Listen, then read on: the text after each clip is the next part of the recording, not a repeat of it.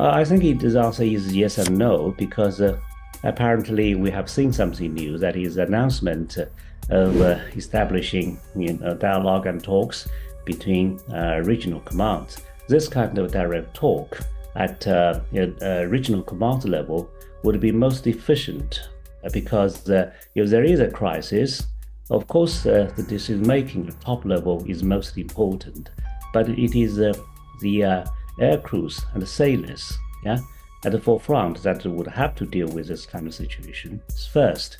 So that is why this kind of a direct talk at the shortest distance, that would be most important.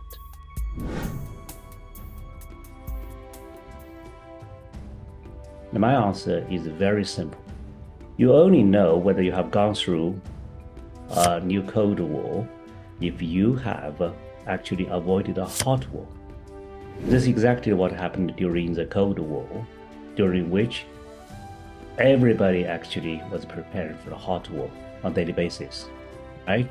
And this kind of life was characterized by mutually assured destruction. So people were preparing for hot war every day, but it did not happen thanks to joint efforts from both sides.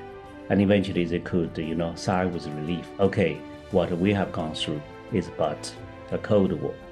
So therefore, when we talk about whether we have entered into a new Cold War or not, we don't know yet, because we don't know whether we would really have hot wars or conflict in front of us unless and until our efforts pay and we have successfully managed to avoid these conflicts or wars. Then we can say probably we have avoided a new Cold War.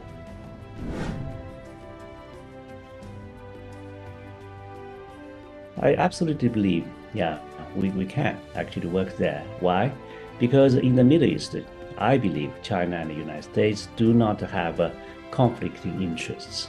China and the United States could actually have cooperation over there because we at least have two main common subjects to talk about, such as the two-state solution.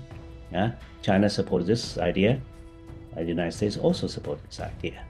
This company tells you that, well, for us to avoid this kind of conflict, you just need common sense.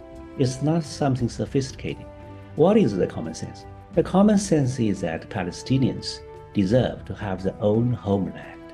It's just like in a marriage, somebody doesn't feel it possible anymore to live with his wife or husband, then she or he would ask for a divorce, and that is the way out, so people can start a new life.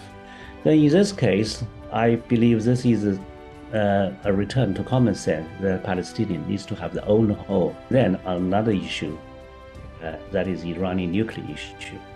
It is the common wish of China and the United States to see Iran not becoming a nuclear power. And it is also in the interest of Iran, I believe, not to become a nuclear power.